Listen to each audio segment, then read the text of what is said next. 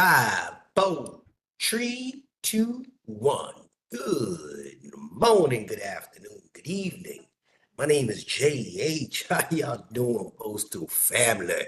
Is everybody good? Is everybody cool? Everybody clean? Are you crisp? Are you feeling all right today? Are you feeling swell? What's going on, sir? What's going on? Good to see you, brother. Chooch in the house. Always a pleasure. How about it, Mr. E? The enemy's here. What's up, man? Everything good? Yeah, man. All right. So what we're going to be talking about today is we're waiting for Cam to jump on. She's a little bit behind. She out there in Chi-Town, baby. And she got a couple grievances, and hopefully y'all can chop it up. But for now, I see that the NALC got a little chart. And for those that don't know, Mr. Chooch, you are one of the you're one of the problems. You're one of the problems, one of the shop steward problems. So yeah. So talk to us, man. What y'all got going on there?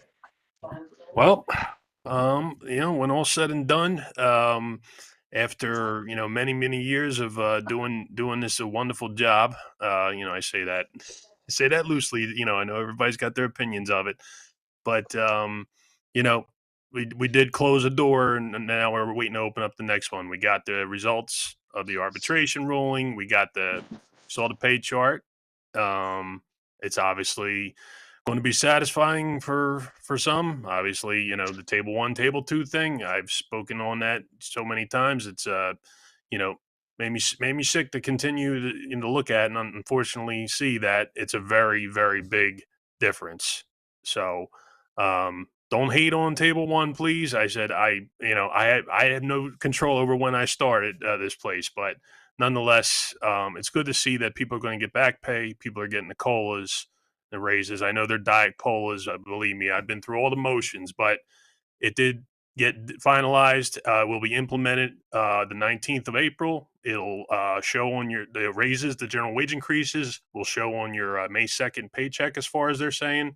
Back pay, we're looking at late August, possibly, if not fall, maybe a little further into that. I'm hoping that in October.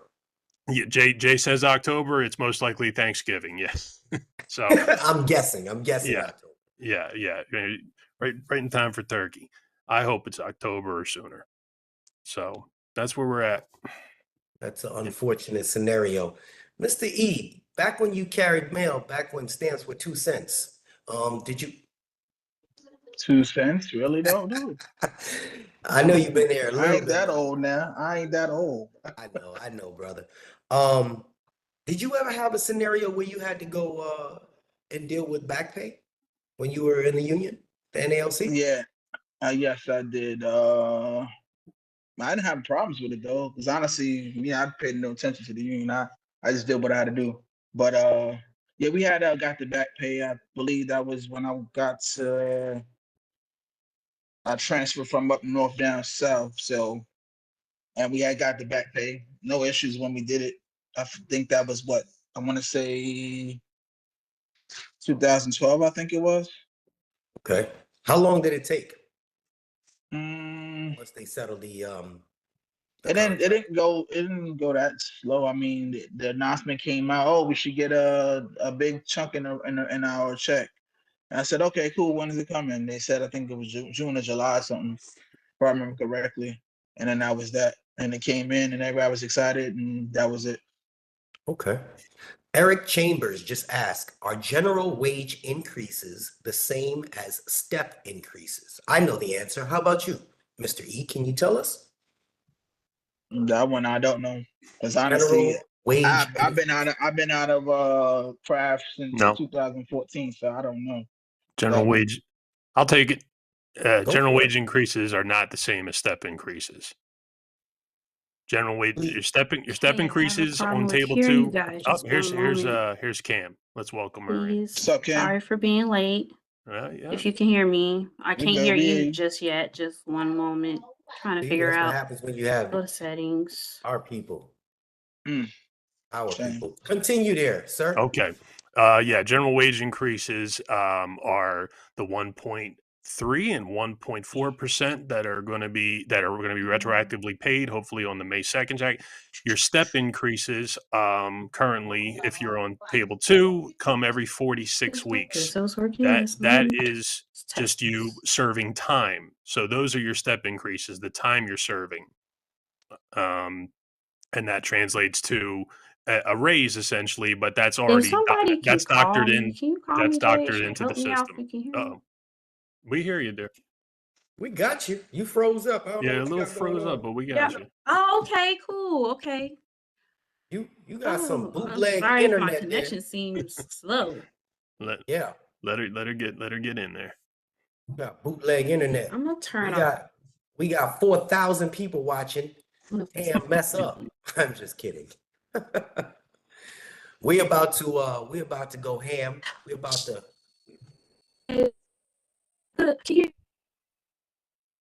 Yeah, that's the problem. You know why you can't afford good internet?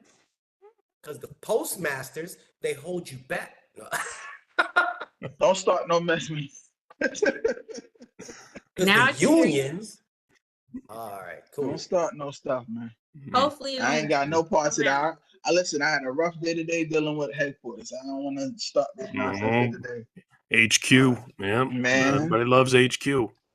Man, listen, they're trying to ruin my office. So I had to let somebody have a nice, friendly conversation that turned heated. If you get what I mean. That goes on when you're at work. We're not at work. You're not a postmaster right now, sir. Okay, I received that. Thank you very much. We're just speaking about things that happen while we're at. But it's still sitting on my mind, though, brother. It really is. I believe there's shit in my head that's still sitting there from today.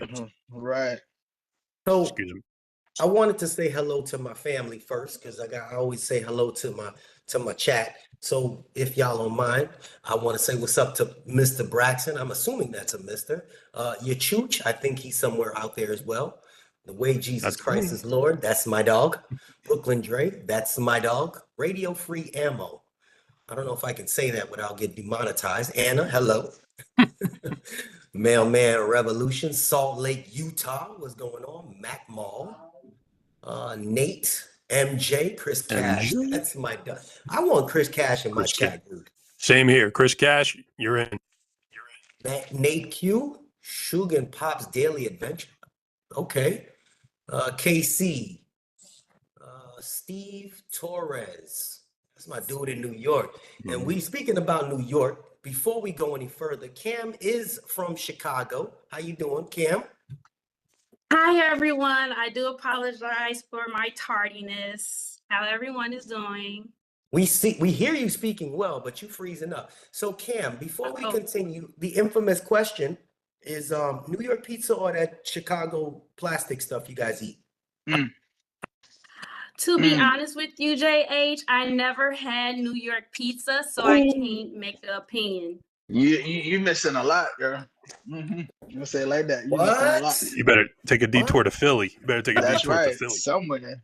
It's all good. It's all good. We got Andre from Greenville. How you doing? David I saw a question in the chat though. I the two people asked the question. I got the question. I'm gonna answer that when you get a chance. Okay. Okay. I know which one you're talking about. Yeah. Joel, I'm assuming. KC. Someone said, are you on your iPhone? You're not on your iPhone, are you? Who? So you speaking to me? Yeah. Yes. I am. I don't know if it's affecting the connection. Yeah, you need to throw that iPhone in the garbage. Grow up. Come to Android. It's a better opportunity over here.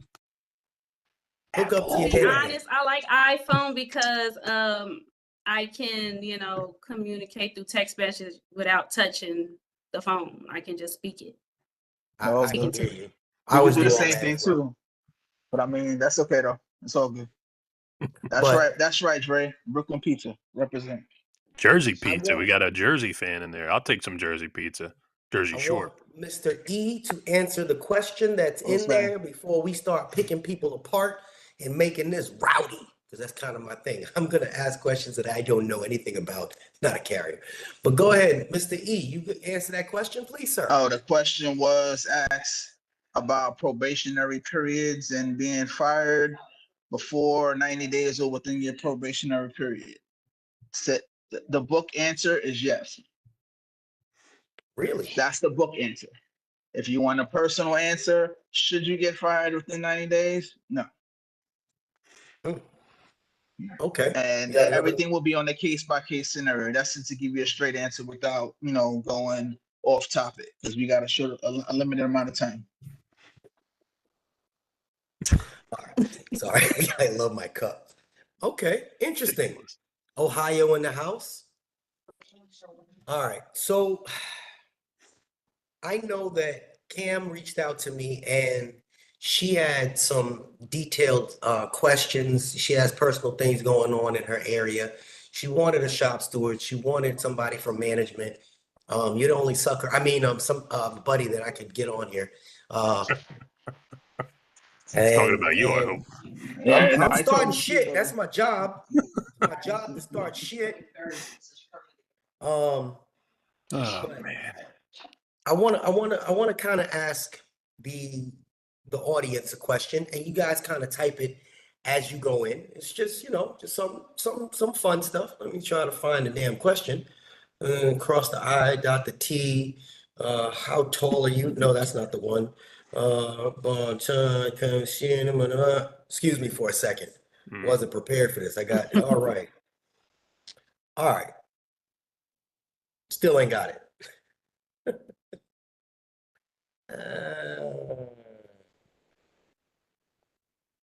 So I'm still waiting. Still trying to find it.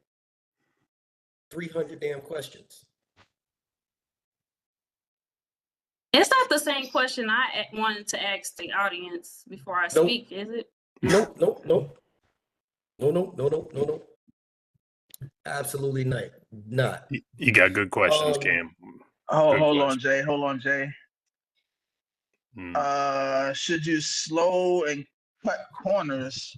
Well, if you're a city carrier, the manual says, and correct me if I'm wrong, Chooch, it says quickest it's path. supposed to take every,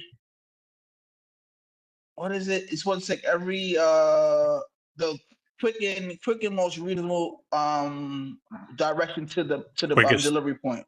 Quickest, right? safest direct point to each delivery point. Right. Mhm. Safely. It doesn't say to run, says be safely. So if you're gonna, speed walk, that's fine. It's a choice of yours. But there is no actual Nope. a speed limit or pace. Now, granted, and I'm gonna give this away. Everything is pretty much based on demonstrated performance when it comes to pace. Okay, so if you're getting counting on a 39.99 and your pace is hypothetically, say, you're doing 15 paces per minute, that's pretty fast. I'm just using as an example, but again, that's what we expect to see the whole way, give or take, up and down, like maybe 2 paces off, up and down. But if you start out at 20 paces a minute in the middle of in the beginning of the day, and then slow down to 5 paces a minute towards the end of the day, that's when management is gonna come and say, "Yo, you're slowing down. Why?" Because you it's got to the end keep of the the day. No. No, they want you to keep the same pace. Now, granted, it's the end of the day. It's a hot day. I get that. But what happens is, normal pace, you're going to pretty much walk. If you're at 20 in the morning, you'll probably get down to maybe 15, 14 paces a minute in the afternoon, not down to 5. Dre, slow down, Dre. He says he's doing 1 pace per minute. Oh my God! Right. Okay. That's I concur with that assessment. Right. I said, been carrying a long time, almost 20 years now. So I concur with the idea that, again, your pace is set by, you're again, the body. We're going to get into that when Cam asks her questions. I got a little bit more elaborate answers to, talking about equality of routes and things like that. But, essentially, you have all this tech tracking us now, and it sees your movements.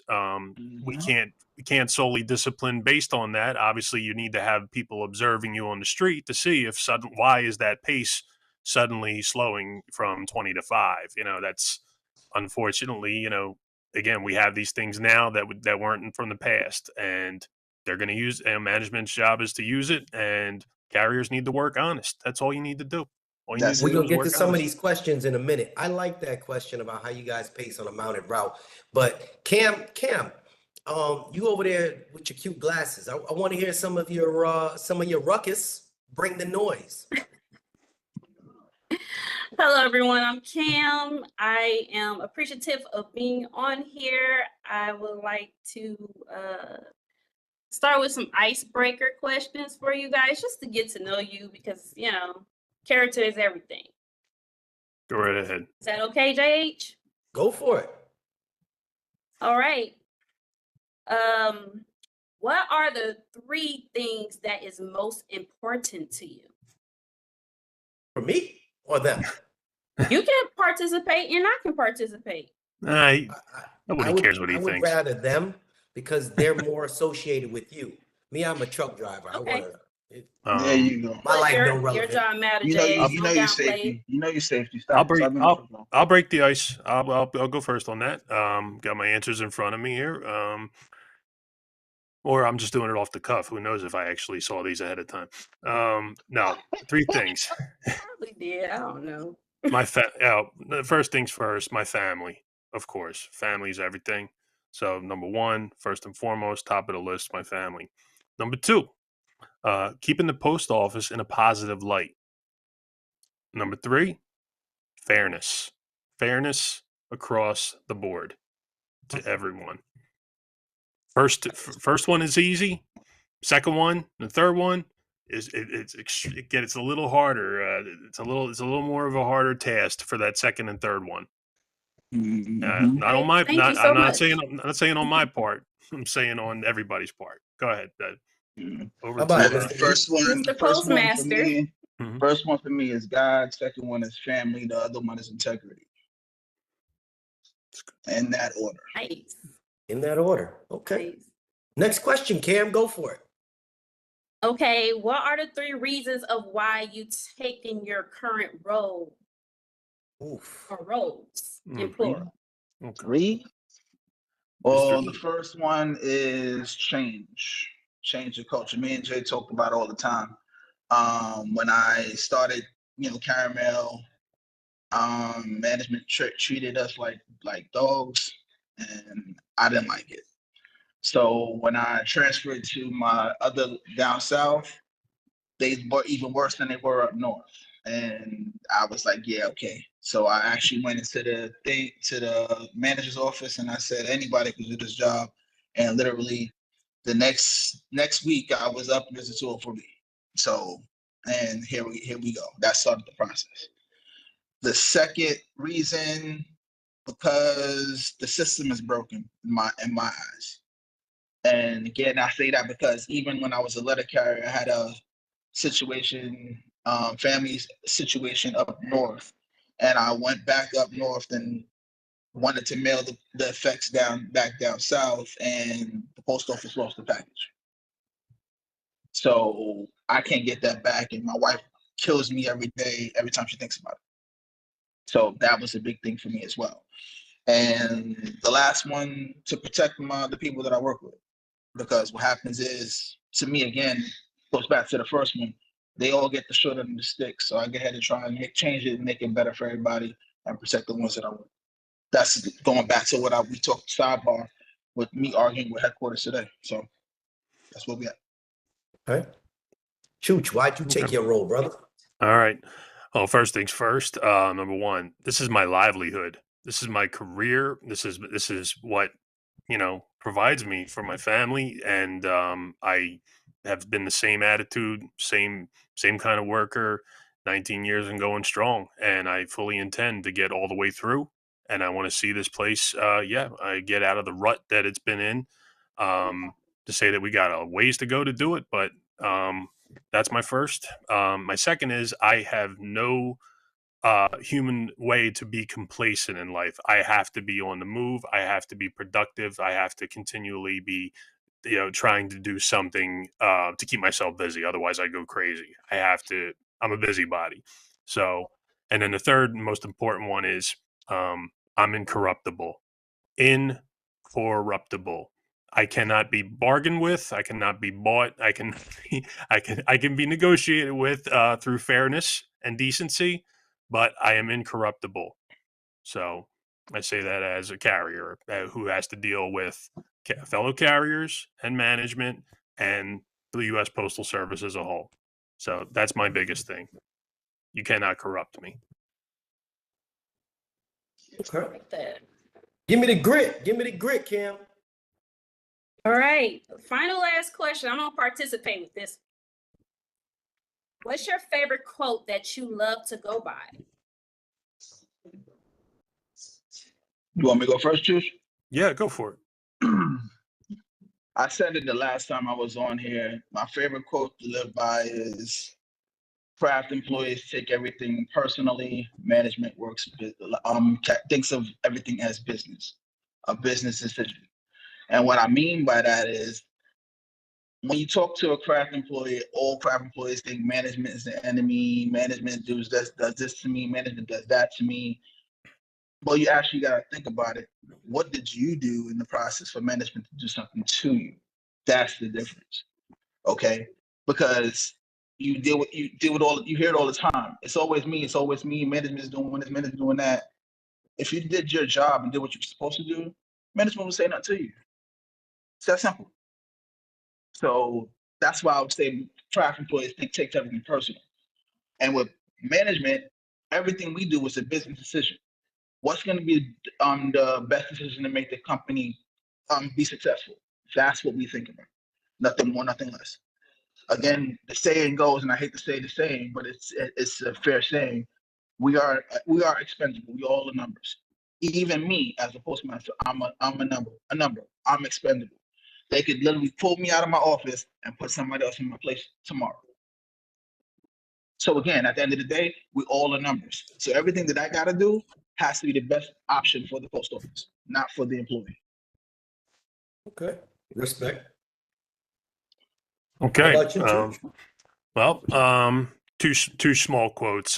One more towards the being a carrier is we're only human. That has to be we're only human, and we are not robotic. And my thing with quote with the management would be to say lead by example. Same as a carrier to say we have to lead by example, but management has to lead by example, and carriers, plain and simple, you are only human. We make mistakes. Perfect. All right, Cam, come on now. I'm waiting for the So, juice. my I'm waiting for the juice. my favorite quote to go by is "Don't judge everyone else by your limited experience." By Say that again? Carl Sagan. He's a science communicator. Yeah, I know Carl Sagan. I love science. So, okay, so I'll have questions for both of you guys. Let's see. Do us as employees have the right to know your job description and duties? Can we easily access your duties and your job description to know who you are to us? Yeah, go to Google. It's right on there. Everything's open book. And again, your supervisor, managers, postmaster, whoever that's in charge of you, they should be an open book. I mean, me personally, I won't speak for myself. You ask any of my employees, current or prior, they know that I'm open book. I'll tell them everything under the sun, and then I'll even give them what's coming down the pipe, what's now in front of us, how do we stop getting on the reports so we could all do our job and nobody gets written up for stupidness. I do all that. I'll let you know exactly what it is. This is what's expected. Do it. That's it. Yep. All of the information in terms of the M41, the M30. M41 is the carrier handbook. The M39 is the managerial handbook, essentially. We have the JCAM. These are all easily accessible by Googling those exact words and phrases, and the whole thing comes up. It's a lot of reading to do and a lot of terminology. And I certainly wish that I could memorize all of it, but obviously read the first page of the M41 carriers, and that will make you kind of say, whoa, is that really, if you haven't, again, I believe that a lot of people That's don't have access to these things or don't know that they're out there to easily grab. It's like I said, it's 128 pages long, I believe. So I don't expect you to read every bit of it, but read the first few pages and, go and get yourself some guidance to, what your rights are.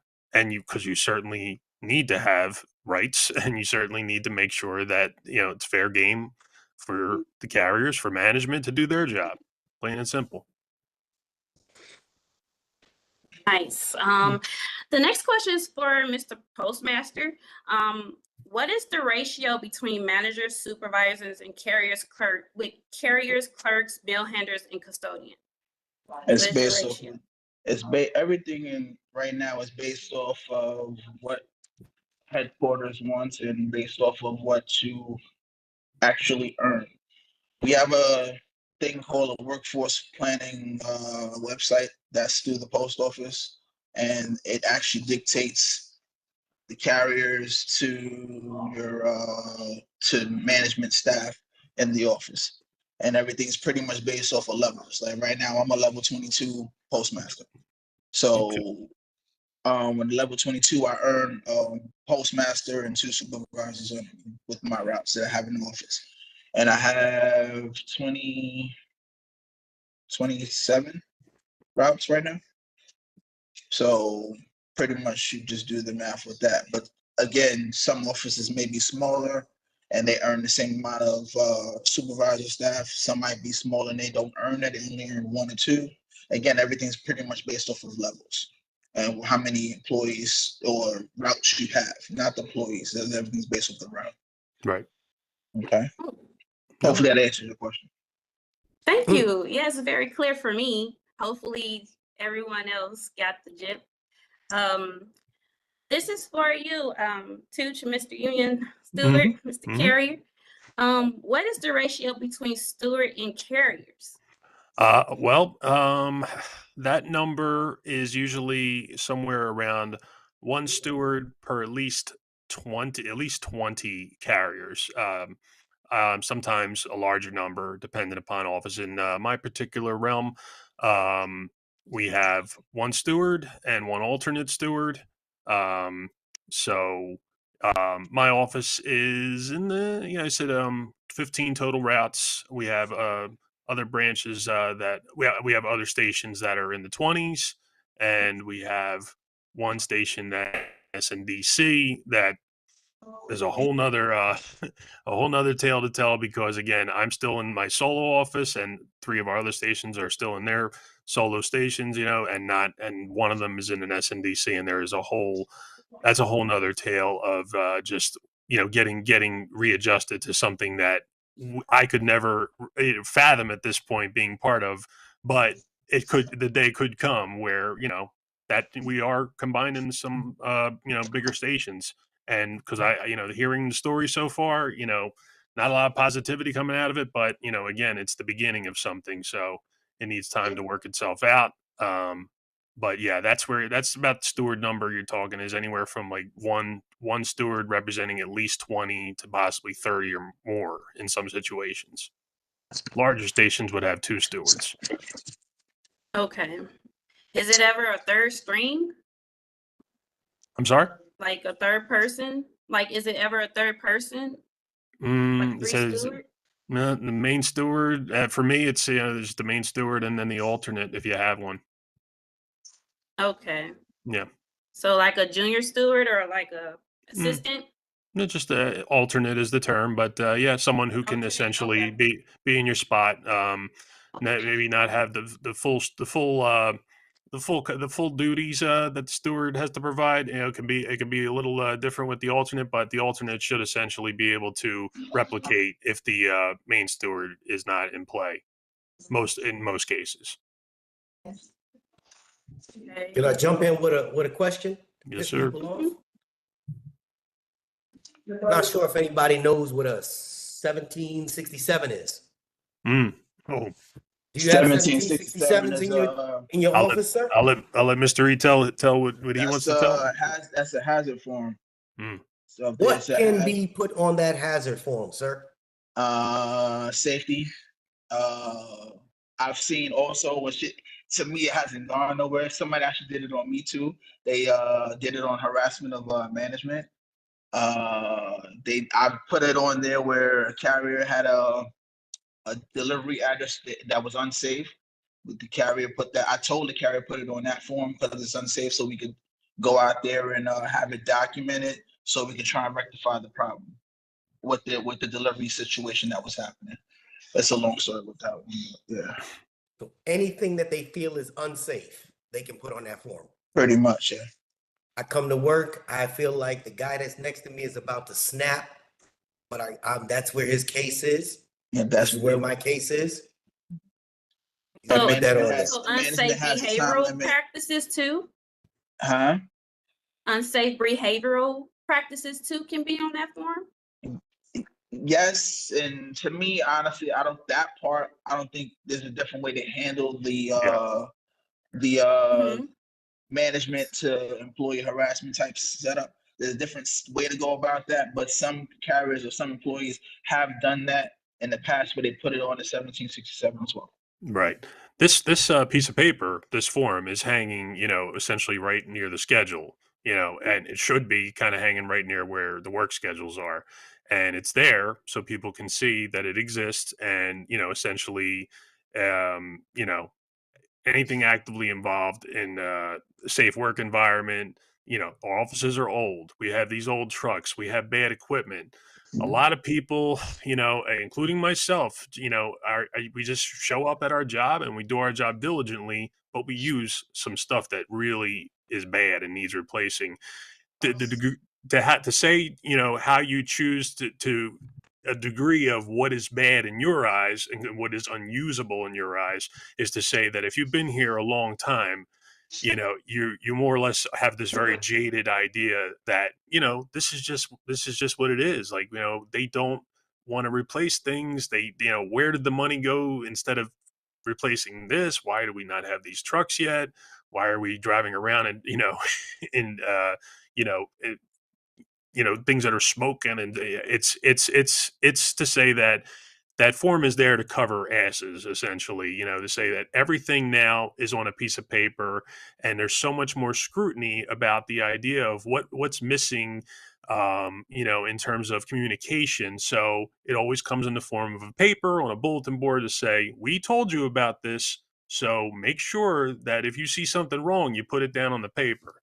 And, a lot of people just kind of turn the other cheek. Including myself. Someone made a comment. JH, you not even a carrier. That's right. You shut up. Does it hurt your station numbers when somebody files a 1767? I haven't seen that happen. I may be wrong, but to me, I haven't seen that happen. So I would say no. Because everything is pretty much on your MPA.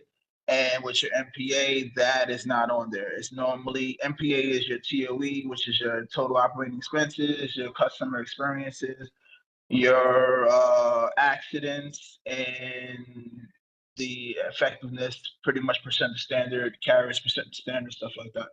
Nothing as far as that goes when it comes to 1767s.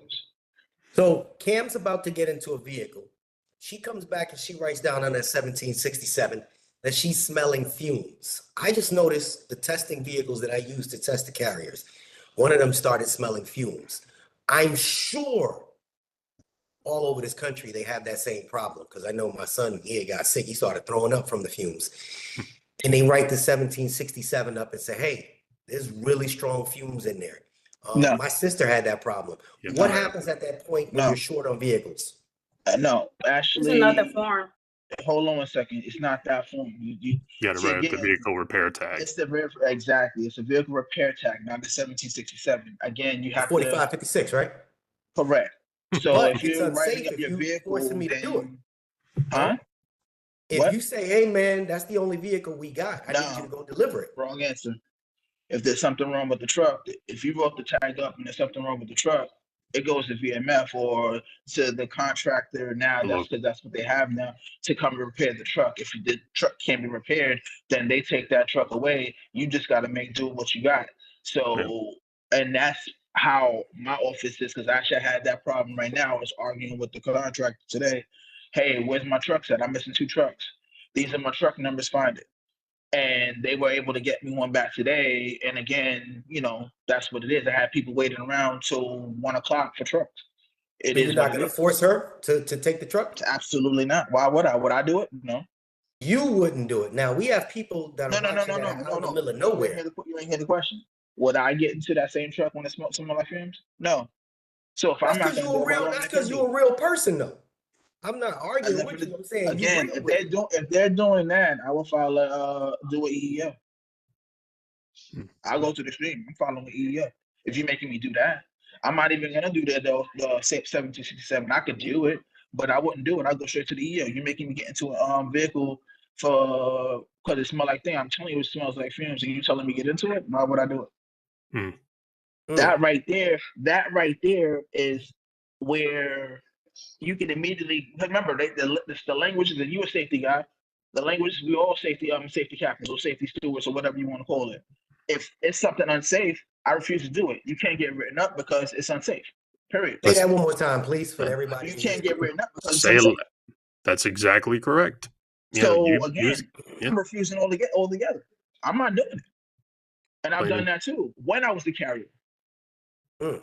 I've gotten into some rough vehicles. I had the brakes fail on me one day. I mean, and I just was able to swerve last second to save myself on a shoulder. Like that truck was perfectly functioning, and then suddenly, and it was the closest call I've ever had, and it was scary. But other than that, I've been using LLVs for 19 years, and basically the same ones are still in play. A couple of them, a lot of them have been scrapped. But there are, I'm on my 3rd or 4th one now. So it's funny to say, that, it was made very well in terms of efficient mail delivery, but they are fumey. And it depends upon how sensitive you are to, to your environment. I can get into something and I know right away if I'm driving it that day. If I smell those fumes, I am not taking that vehicle out. I will wait for something else, or and that's where management has to kind of figure out what to do, or call another station, whatever it may be. But that's the thing, you guys have to be able to speak up and say if you feel that thing is unsafe, you're allowed to say it's unsafe. You don't have to feel like you can't say that to your management or to yourself. That's the deal. It's unsafe. Right. You don't use it. What you got for us, Cam? Since we're under this topic in regards to vehicles that we must use and need to do our job, and everybody know that it's not safe to drive. Most of the vehicles are very old and rusted down. We do need new vehicles. So what is a joint statement of violence? Like, what is that? A what?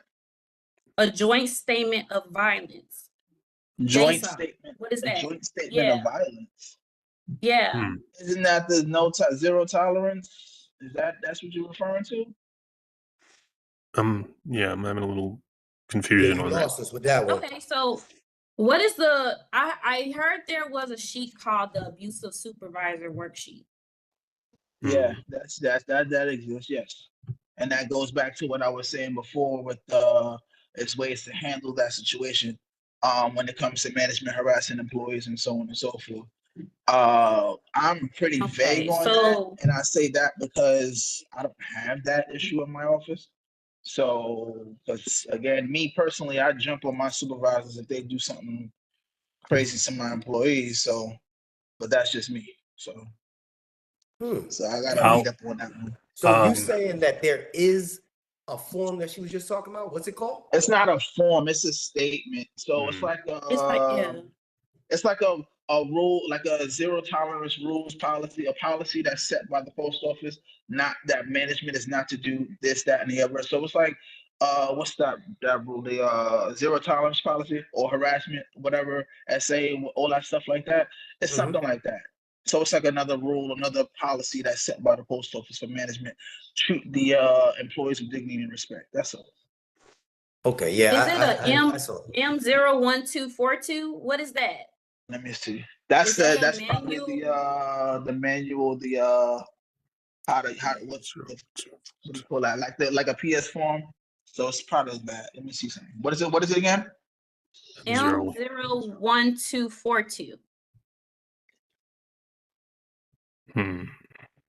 Yeah, that's it. The joint statement. There's a Joint statement. statement Yeah, of violence and behavior. yeah. It's a statement. All right, so what is it one more time for me? M? That was. It's M01242. Yep. Yeah, dignity and respect. All that. That's exactly what it is. Dignity and respect. This was written up in 1992, by the way. Mhm. That was yesterday. Yeah. Right. So it's there.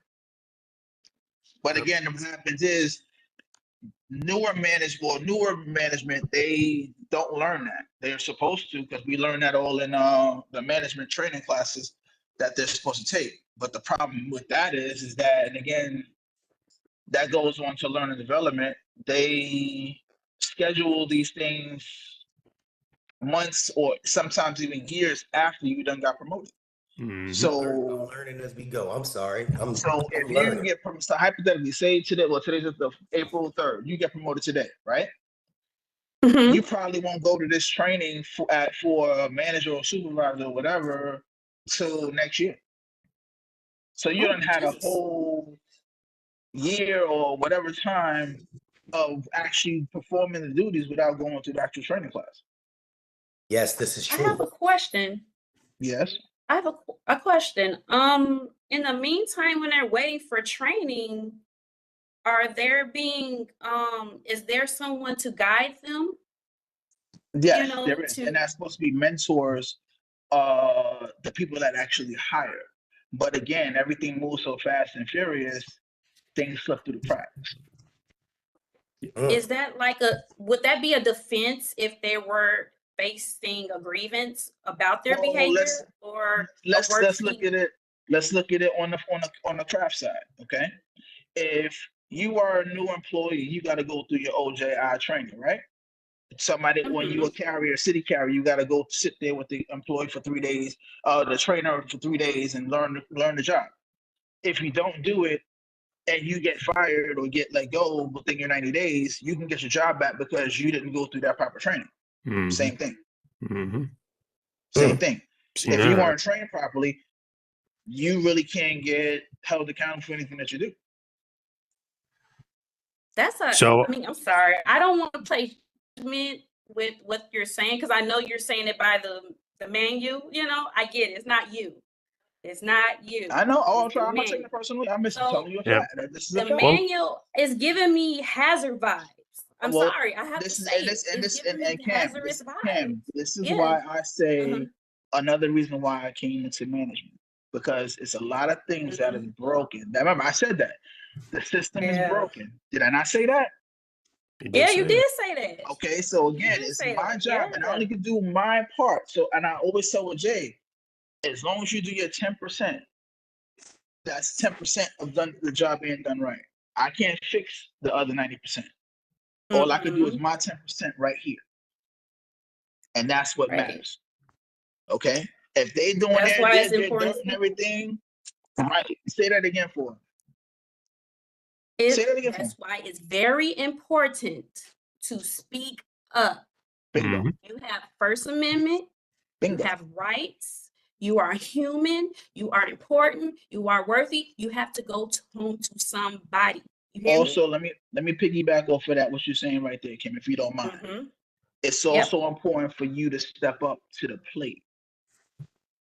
Yes, management is this, they work so hard, do whatever, they will work long hours, but it pays off in the long run. I kid you not, true story. My wife can confirm everything I'm going to say. I literally, as a supervisor, work straight through 6 days a week, no day off, only day off for Sunday, no vacation, no nothing, as a supervisor. Open to close the whole time. Okay. And I went through my whole thing fighting both ends, the carriers or the employees and upper management, both sides. And I was stressed out, headaches, the whole 9 yards, everything. Okay. So we go through it on two sides. We got to deal with the carriers and the stewards, the clerks, everybody, truck drivers, the whole bit on the one side. And on the other side, we got to deal with upper management, managers, postmasters, district managers, MFOs, the whole 9 bit. So if you think about it, the supervisor is a CCA. If you really want to be technical, think about it. Supervisor is a CCA. Damn, Think about it like that. Degraded that. Let me. Nobody thought about it like that, right? That a supervisor is a CCA on a craft or a PSC on the craft side. Never thought about it that way. Think about it. If you got, and again, I get that management is hard on the craft employees, but if you actually think about what they're going through, what you're doing. Remember, it's more craft employees than it is of management in one building. Let me get the carrier. Let me get the carrier point on this. Yeah. So obviously, as time passes, you're seeing different, cause and effect. Life is about cause and effect. Why is something turning ugly continuously? Why are more people coming out with more tales of bad managerial treatment? Why do I have to sit here and question carriers these days and what their motives are? I never really felt like for a good 10, 15 plus years of doing this job, I was always saying to myself, as long as a carrier is doing what they're supposed to do, that their attendance is good, discipline, clean record. I said being on time.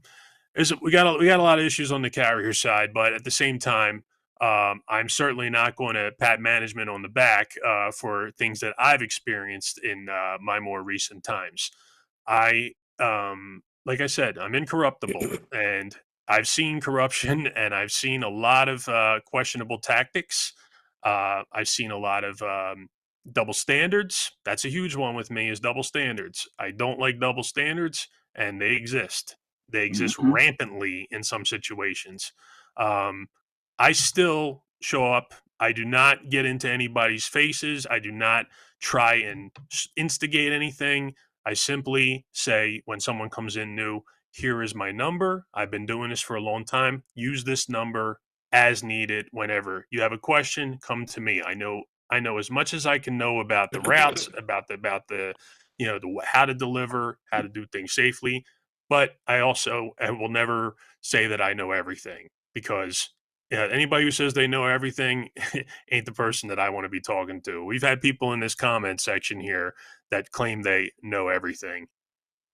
So, and I'm seeing some negativity passing through the chat right now, and I understand, that's just part of it. And I understand that people are going to look at me and say, listen, table one carrier, who are you, to talk pro union? And listen, I got my beef with the union, like I saw. Believe me, you think I want to see, Renfro stay in power? You think I want this current status quo to stay as it is? No. I'm on here doing this, but last night I'm at my union meeting. I'm at all my union meetings. I am, I did not want to get into the driver's seat of having to kind of be the guy. I always kind of just said, hey, what do I really need to call on anybody? I never get in trouble. My discipline is clean. My attendance is great. I said, I've got my own things on the outside world I deal with, but I don't let it interfere with my postal life. But nonetheless, we are sometimes drawn up as the same exact people all wearing blue. So that's where it becomes a little problematic to say that management has to do what they got to do. Sometimes they press a little too much and you feel like you're intimidated and you have nothing to do. That's where you do have to speak up, and you do have to have a voice, and the union meetings are there, whether you feel like that they're useful or not. My local does a good job. They don't just look for, you know, the old heads to come and have their way. They look for anybody new to come in, join the meetings. They offer the Zoom. It starts later in the evening so you can get done your work. So I give my local credit, and unfortunately there's a lot of people who tell the opposite story. So Can I that's can what, I can I jump yeah, in real quick? go ahead. I'm gonna ask Cam a question in a second, but for those that don't know, you know, yesterday or the day before, I spoke about, you know, I gave the information about getting out the union, and this gentleman here is a shop steward. He is in my chat group. Two things. I know that we were just talking about the broken down vehicles with you, Mr. E. We also have, I believe he's the vice president of a union. I won't talk about that too much. Out in the middle of nowhere, in the middle of the country, and they don't have access to extra vehicles. So when they get a broken vehicle, they're pretty much stuck with it. So that's how that goes. And if they don't have any excess vehicle or extra vehicles, they're stuck with it. Number two is there's a lot of people that don't want to participate in the union. They feel like there's no change. I get it. You're looking at this guy, I don't know where you see him on the screen, and you say, okay, well, he's a table one carrier, he can afford to do that, etc. To be clear, pull back the curtain a little bit. This gentleman has special needs child. He has another child, daughter. He has a home. He has a wife. He has life going on. He does a very heavy route. He's a Sleep very apnea. Okay, that too. And he's from Philadelphia. I mean, what else could be wrong with this guy? No, but he still takes time out to take care of the kids, take care of the wife, and still make the union meeting. Wasn't part of the union before we got in our chat group. I sat there and kind of beat it in the head, get involved, change the culture, and he's stepping in because he wants to attempt to change the culture. What Mr. E was saying, if the people they don't like what's going on, step up, get involved. There's going to be a lot of people that say, oh, well, management only promotes their own. Eventually, if you just started, eventually you'll get in there. If you feel as if you're good enough, get in there. You don't worry about what the people think about you. Don't worry about it, because I'm going to still trash talk everybody, including myself. But that's kind of what happens. You're going to look in the comment section. Everybody troll each other. The postal workers, that's kind of a family of craziness is what we do. But that gentleman there, Mr. E, he had to carry mail in New York. Shit, people getting killed in New York. Cam out in Chi-Town. Look behind her. She living a protective life. Okay? This man in Philly. Me, I'm in my studio. Okay, no, it's not really a studio. But seriously, we all sit here, we bitching and we complaining. We got to make a change. We got to make, you know, oh, Jay, you're doing good. I made more money driving a truck than I do in safety, just so y'all know. Seriously, you know, times ain't good for none of us, but we have to have a voice. Just like Cam said, speak up, do something different. If you like where you're at, then stay there. But if you don't, speak up, change the culture. Mr. E did it. Chooch is doing it. Cam doing it. And tomorrow I got two other ladies from Detroit coming on here about to talk about their Detroit pizza. So with that being said, Delicious. Cam, you are new, fairly new. You're under 5 years. Yes, sir. If you had the opportunity, what would be the one thing that you would ask management to help you with? One thing. And what would you want from your shop stewards to help you with within your first year? What means the most to you now? If you were able to go back, what would you talk to them about individually? Ooh, okay, I'm gonna start with the question with working for USPS. I love to work with USPS. I love going back book. I love testing theories, and I like science stuff. So if you telling me to do load truck features, if you telling me to walk up and down the stairs, go to each and every direct delivery, I'm gonna do it, because they need to know the math. They need to know the statistics. They need to know how we pace, how we are outside. This is a scientific craft. I don't know if anybody don't understand, because we have to get used to elements, people, and ourselves. Everyone is different. You cannot put people in a box. It causes chaos and conflict.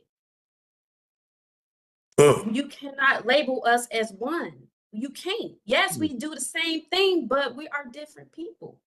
So this is what you would say to Different management? ages. This is what you would say to Yeah, management? different ages. I would love to work with you. Please check my stats. Check them. I'm moving that scanner. If I have to spin the block twice on one tray of mail, I'm going to do it. I'm going to prolong it just to show you. It's better to do one thing at a time anyway. I multitask when I deliver mail. If nobody doing, I spin the block on my feet. So I don't know if you got my question. I'm at the end of the day, I do ask management, did I get 100% with my packages? Because that's what y'all care about, right? Okay, did I? There you go. You seen how many minutes I load truck? 30 minutes, because I had how many packages? Over 100. What kind of, I have a messed up journey that I have to purchase a wagon to transport my packages. That takes up time too in the office. Know me before you categorize me. Can I ask a This question? is why I'm going to ask management. Can I ask a question? Yes. Do you have a city route? Yes, I do. You have an LFV, Metris, Promaster? Promaster. Okay. And you bought your own wagon? Your own push cart? Yes, I love my wagon. Yes, No. because Why don't you buy your own? That's why Mm. I'm like, why would you do that? No. yeah, yes, let me You tell should. you. You should have Yes. never had to buy I that. know, Please, I need it. please. I need it because the equipment that we have is broken down and they don't order it for us. Even though we ask, they don't give it to us. I know I'm not supposed to, and it's breaking OSHA and PPE regulations. I understand that, but I need these tools to keep myself healthy. So I can do the job every day for the American people. They depend on me to give them their private information. I take this job very seriously, just like with school, just like representing my parents. I remember she was in my office. You know, I take this very seriously. That pissed me and off. And I live in the trenches, yo.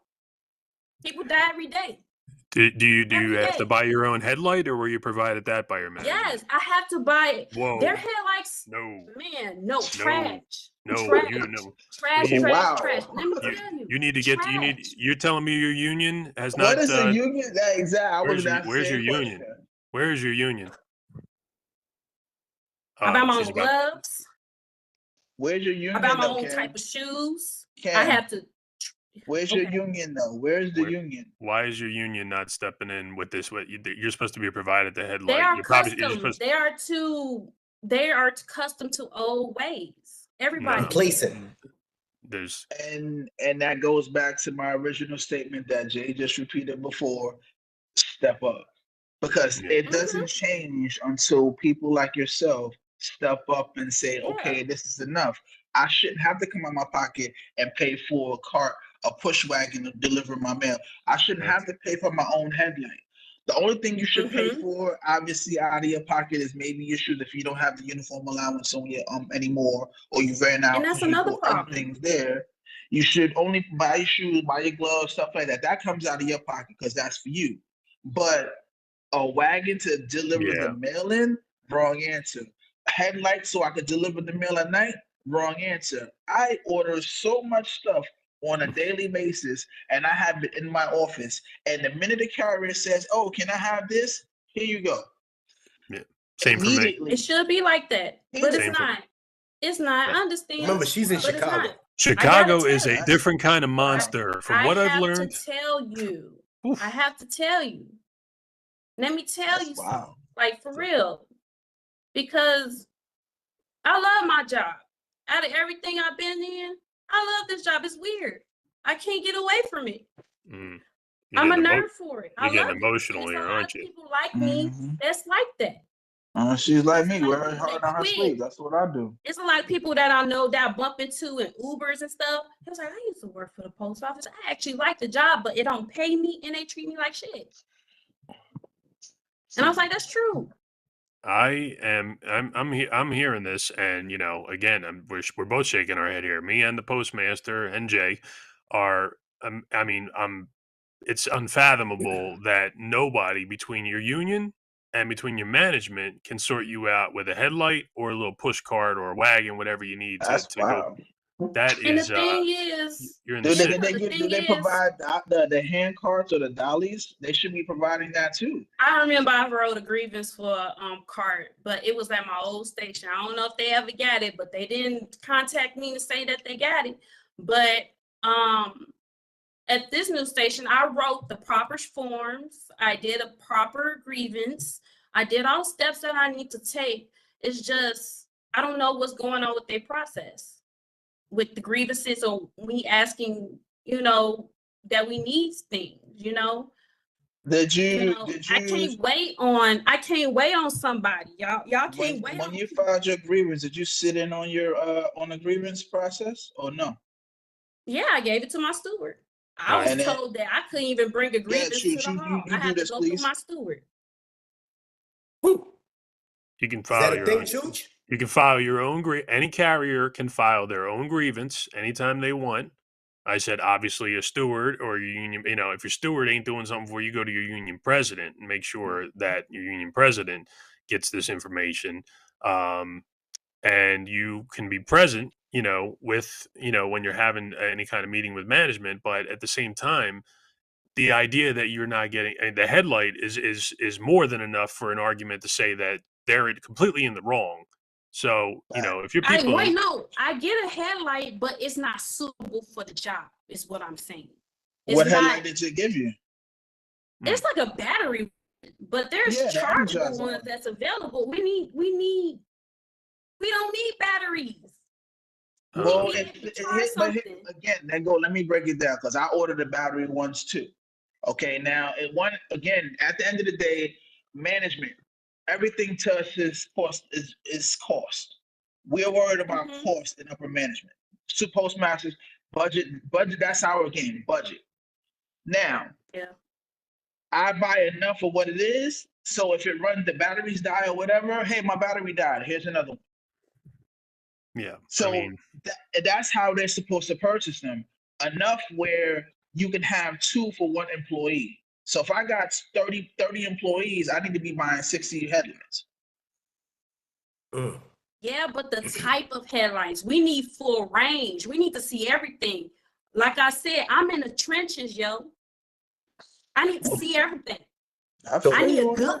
I don't know. For me.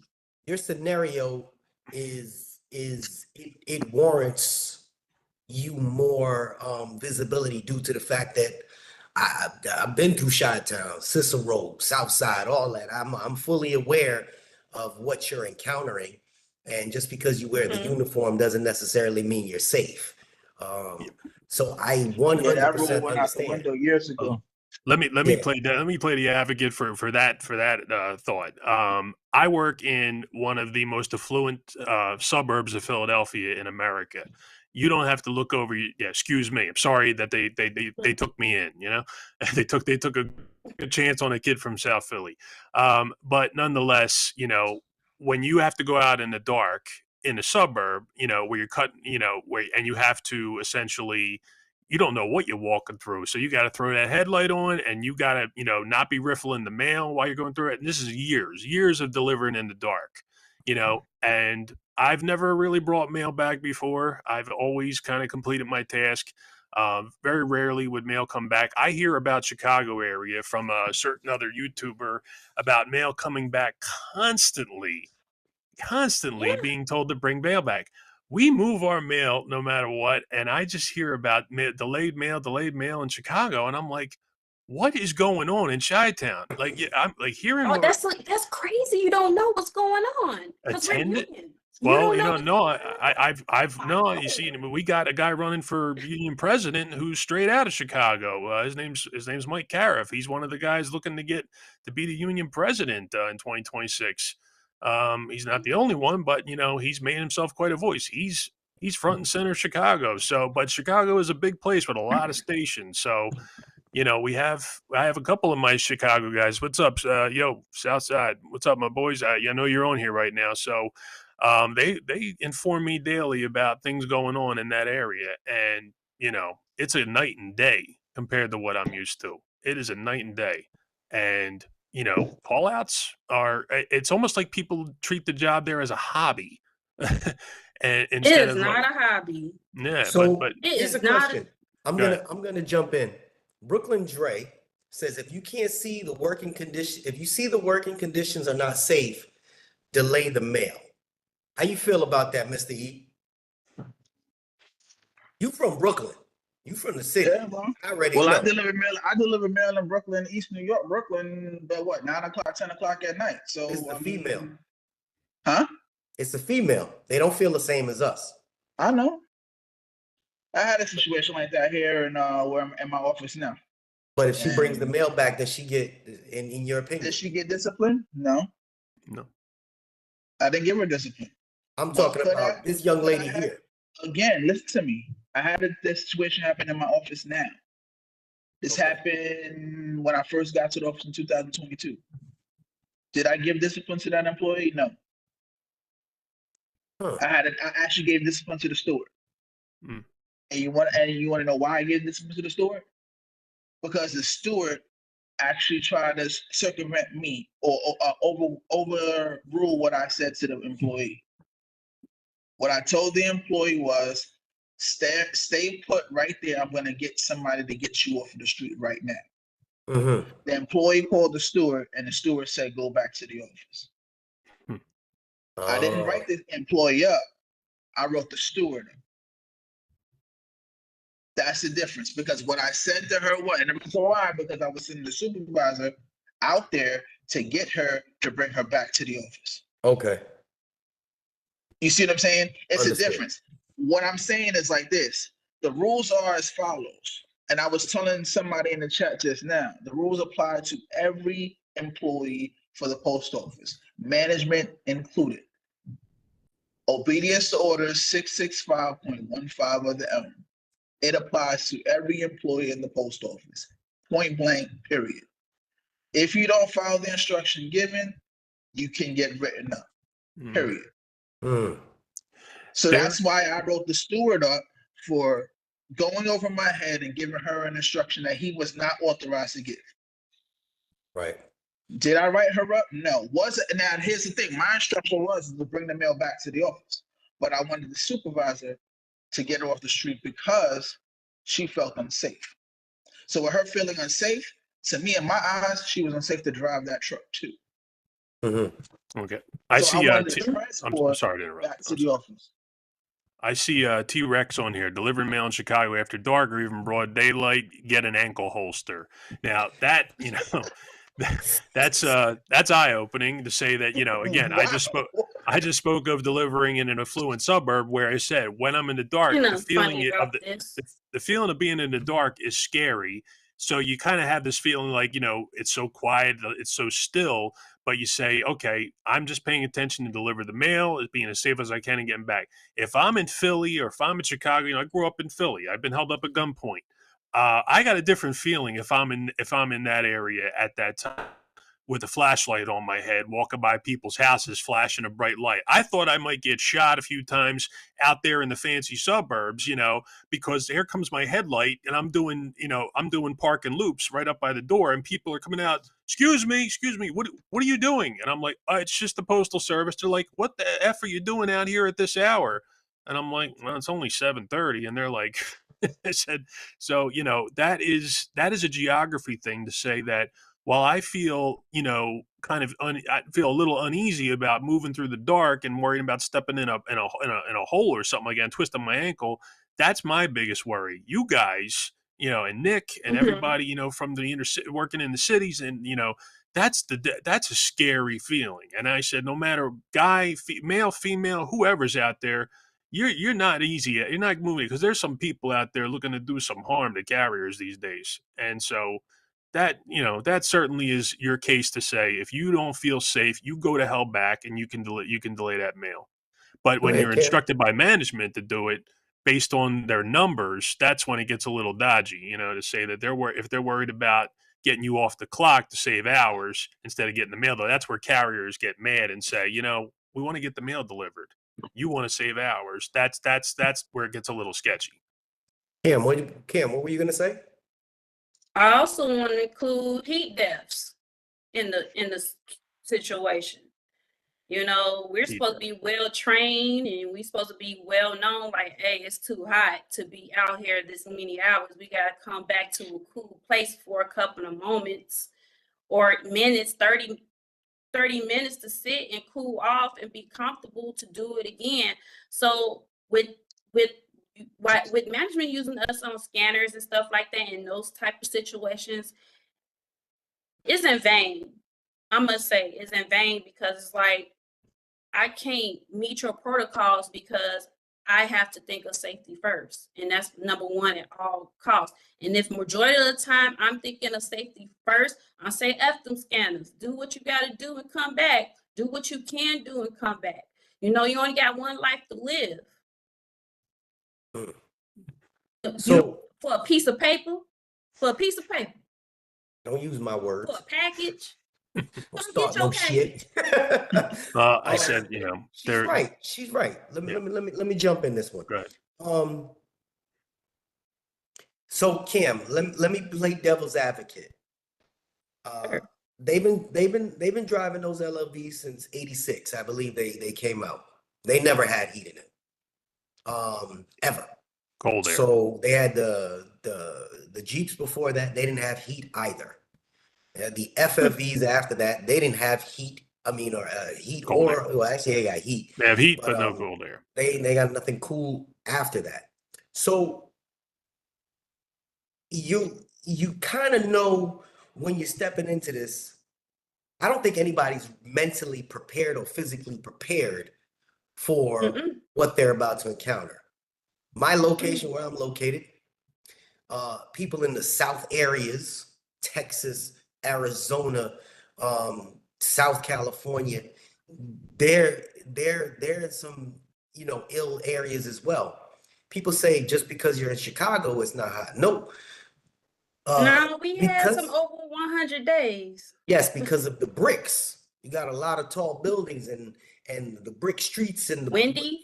It cooks y'all. It's like an oven. So people don't realize what they're in for. Is the training protocol proper? No. They call it training. The bottom line is what they say is take breaks when you feel trash. Yeah, take breaks when you feel like this. It's so, thank you for giving me the basics and all, but it's sending me out to the wolves. I still gotta learn me in these type of conditions. I'm not like everybody else. I have not been doing this for 6+ years. I'm brand new. You know, give me a chance. We I don't know if this is nationwide, but it is a program now that they ease new people into weeks to develop the craft easily. They don't just throw them out there and they on their own no more. It's like a program that they go through. No. So I know what you're referring to. I did not have that. No. May I say something about that right there, Cam? When I was a supervisor, my postmaster hated I'll say again, hated the way I train employees. Hated it. Because the rule says you're only supposed to have 3 days of training. Period. The newer employees right now, like you just said, they're not built like our senior folk. They're not built like me, like Jay, like Chooch. They're not built like us. Okay? So you gotta actually give them more grace so they can adapt to what they're going into. So me personally, how I do it now, and now I got my own office, so I'm good. So I train them the way I train them. I give mine a month. Really? I'm not supposed to, but I give them a month. Okay, and they're literally riding with one person for that month. Rural carriers and city carriers. Okay? My M-Pool questions me, why you still got no training? Because they don't know nothing yet. Gotta do and the I job. Say just like that. They don't know the job yet. Mhm. And here's my turnover ratio. I've been at this office since 2022, promoted into the office in 2023.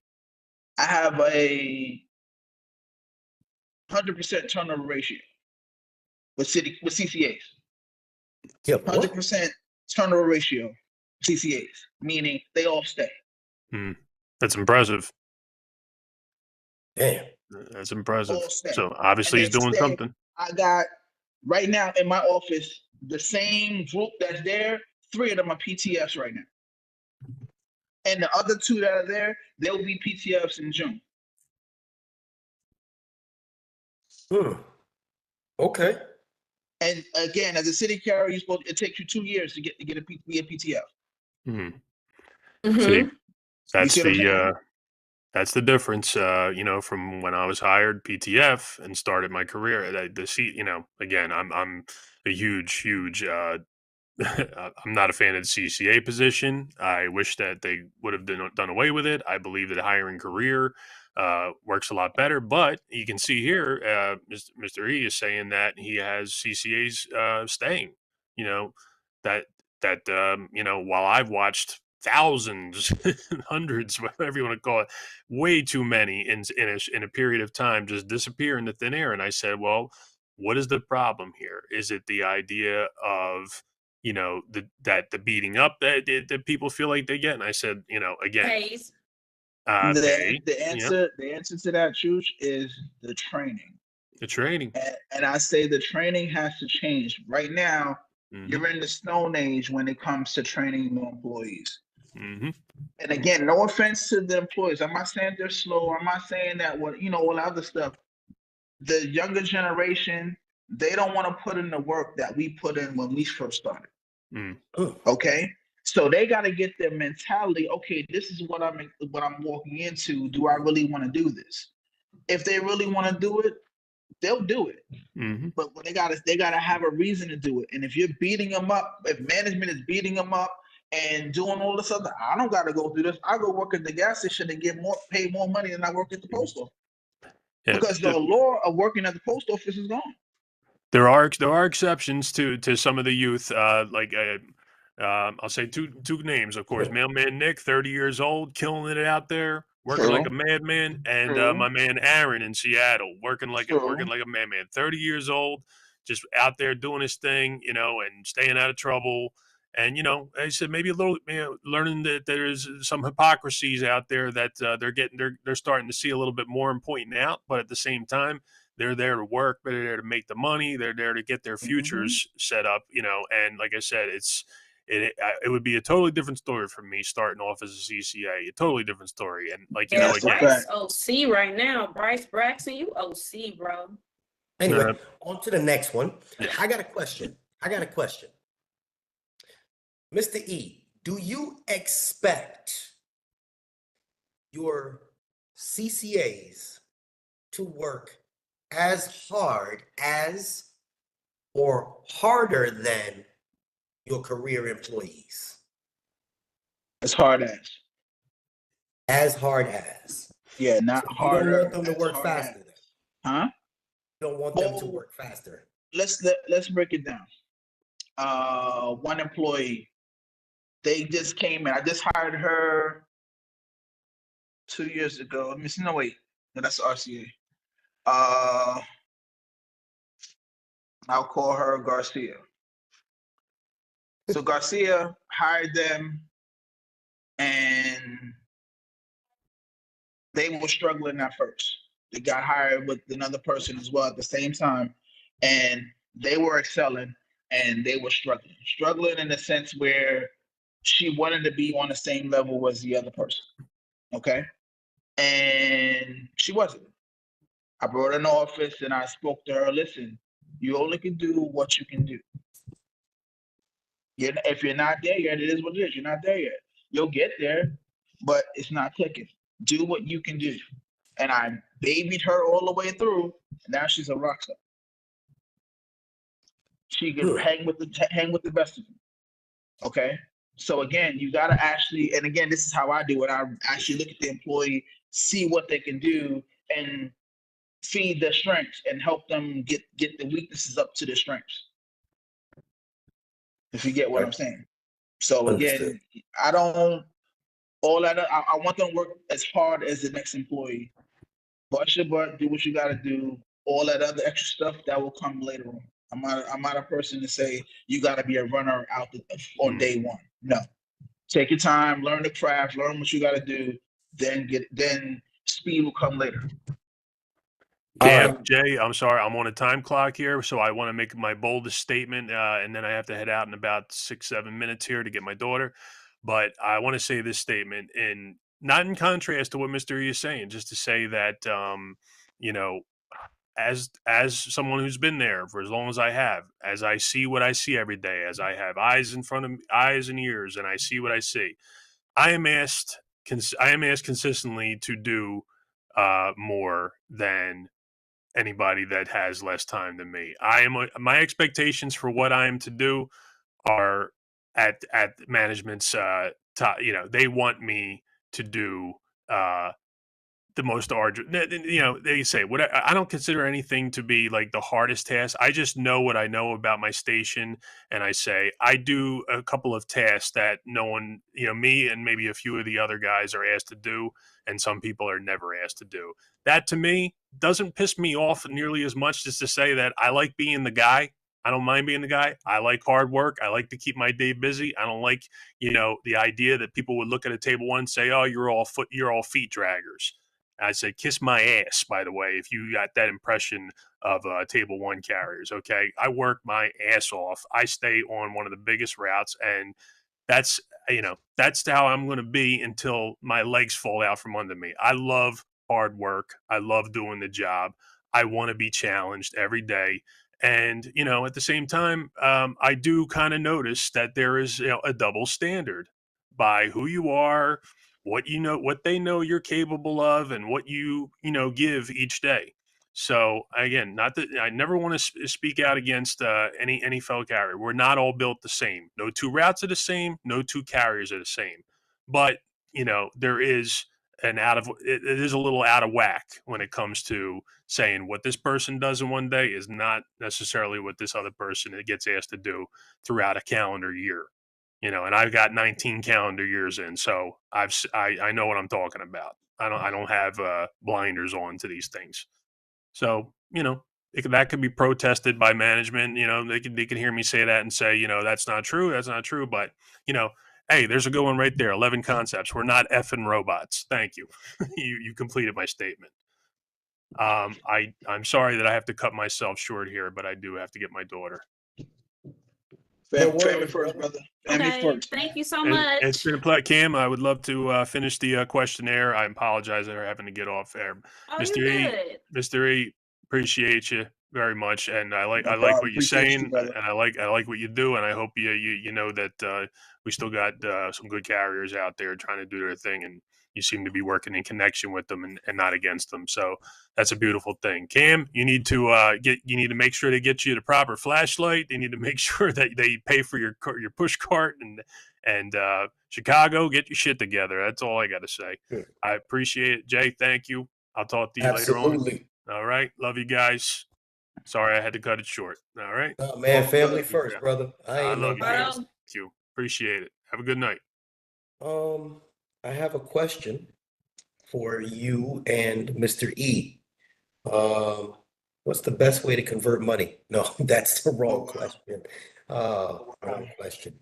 I mean, I'll tell you street terminology, but I'm just saying, you know. We're talking about the oldest. Oh, okay. Damn questions. If you had the opportunity right now, one thing, what would you, Mr. E, change about the post office? One thing. What would you change? Nobody's ever asked me that. Nobody has ever asked me that. One thing? One thing. You had your power to have your voice heard, and they said, we'll grant you this one wish. What would you change? You've been through the levels. You've seen every level. So whatever it is, Not every you gotta make level, it but count. I'm trying to get there though. The one thing I would change is I don't want to be generic and say the culture because that's generic. Dang, you got that's I can go either direction, you know that, right? Yeah. You want me to I come can back go with to the you? rule book. I can go to the rule book. You know what? I'm gonna say the rule book. The rule book. For who? Yeah. Management or for employees? Both. I'm gonna say both because, well, then again, I can't say that because some of the rules are necessary. They need them there. Mm-hmm. Training. That's what I'm doing. Training. Training. I love it. Training both aspects, oh, actually all aspects, meaning training the craft employees, training management. They have to adapt to the times. We're not in the 80s or the 70s where the post office was one way, military style, whatever. Now the generation in right now, they want answers as to why they're doing what they're doing. In a nutshell. Okay. And management needs to adapt to that. Period. And if they don't adapt to it and they keep doing the 80s, 70s, and 80s styles, the post office is going to go into the toilet because they won't have enough employees to push them in. Okay. And then craft employees change their training because, again, that, like I said earlier, 3 days of training that you give city carriers, it doesn't work. UPS, They they need do more like 2-3 time. weeks. Right. Rule carriers just changed the rule 1 to 4 years ago. I want to say 4 years ago. Who was it? The rule carriers, they changed their rules. They got to have 2 pay periods before they can go out on their own. Oh, okay. I didn't Okay. know that. Yes, 2 full pay periods before the RCA can go on another route that is not their route. Now, That's what about 4 happens weeks. is that's a 4 weeks, right? So what happens is they can go carry packages or deliver packages on other routes, but they can't carry any mail for 2 pay periods. Damn. Okay. So you People feel need as training overall delivering training. packages too. Huh? People need training to deliver packages too. Correct. And again, that goes back to how things are, training. And then again, if we're taking Amazon on Sunday full-fledged, Amazon, Walmart full-fledged on Sundays, train them how to deliver mail on Sundays too. Because you know how many customer complaints I get about misdelivered packages and everything else? Because the carrier did the wrong thing. They just threw the package wherever, and now you can't find the package, and the package roulets or whatever like that. Yeah, that happened. So I say training. Training. Cam, as a new carrier, Yes, sir. been around for a few years. What would you change if you had the opportunity right now? Anything. Revamp it. I'm sorry? Throw everything away. Revamp, upgrade. Revamp what? Studies. Revamp the whole thing when it comes to management and it comes to carriers. We are a new generation. Okay. We think different. We go through different things. You know, it's a social thing that we go through. We also do customer service. We don't just deliver mail and packages. We handle the public. We know their business. We are the company. Your face disappeared. I don't see you anymore. There you go. Can you still hear me though? I can hear you. Yeah, we can hear you. I said we are the face of the company at the end of the day. Okay. So I feel as though what we go through collectively, we should know everybody's story. Everybody has a story. Everybody has conditions. If it don't apply, let it fly. And that's what a lot of people get offensive at. You know, when it comes to other people's stories, they get triggered for some reason, like, oh, how dare you talk about XYZ? But you know, no offense to people who feel that way in table one carriers. I'm not trying to make a division thing. I think that's a stupid thing. Like, that is so old school to me. Like, I grew up in diversity. Why is we classism and everything? Why is there elite positions? Superior. Who do you think creates the divisiveness between table 1 and table 2? The manual. The Going manual. by a manual that don't fit what we're doing. It doesn't fit us.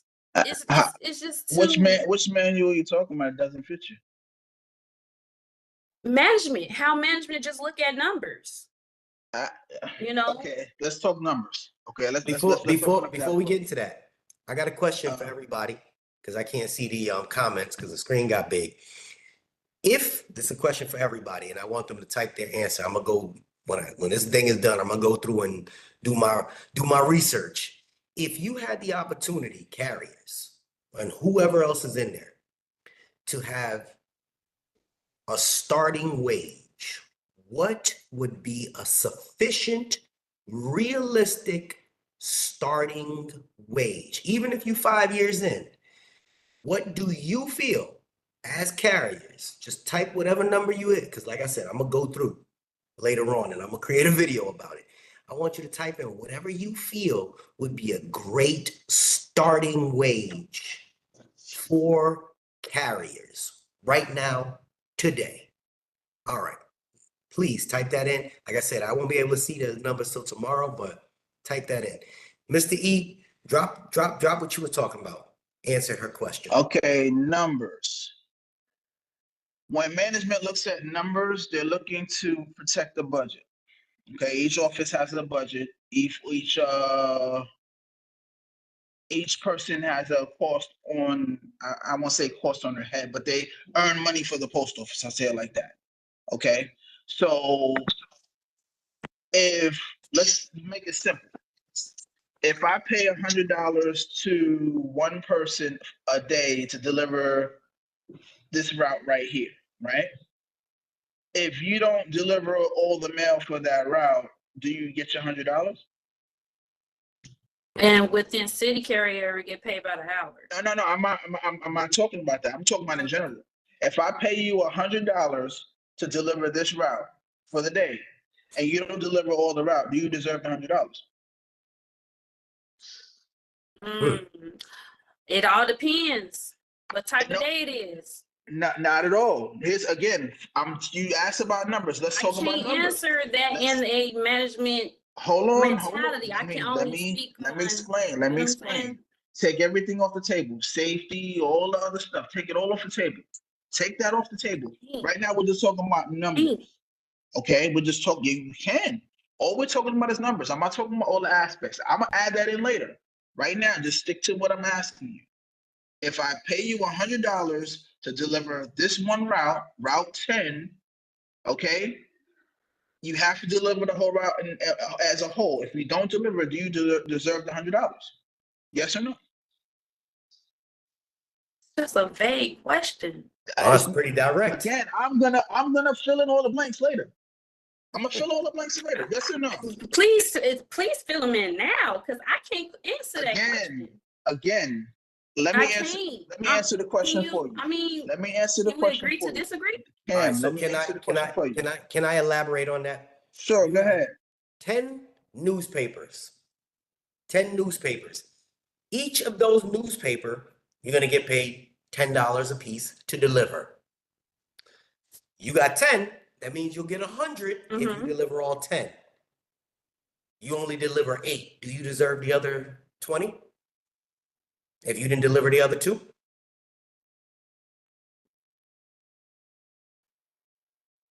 No. No, I'm not answering. As a truck driver, I know when I was delivering on the road, they would give me routes. I know, I understand the question. I understand, but I'm not going to answer that. Respectfully. Why would you not answer it? Respectfully, it's just a okay. Really, so give me your honest opinion of why you won't answer it. I mean, I'm sorry. It's just like I always had problems with these type of questions I really do. I really Okay. did. Because it's just so, it's like, why is this person ain't able to deliver all 10 if they only did 8? What's the reason? See, and again, you're reading into the semantics of why they can't do what they're supposed to do to get the whole payment for what they're supposed to do, correct?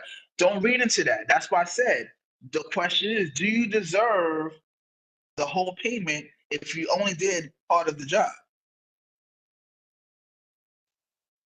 Ask somebody in the comments. I'm not gonna answer that. I'm sorry. So look, look, and in a nutshell, you don't. But traffic employees get paid just like that right now.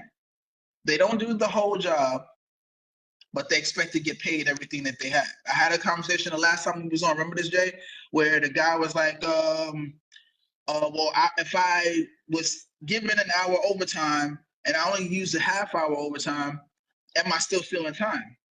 Yes, you are. Because you already completed the job. Why are you still outside?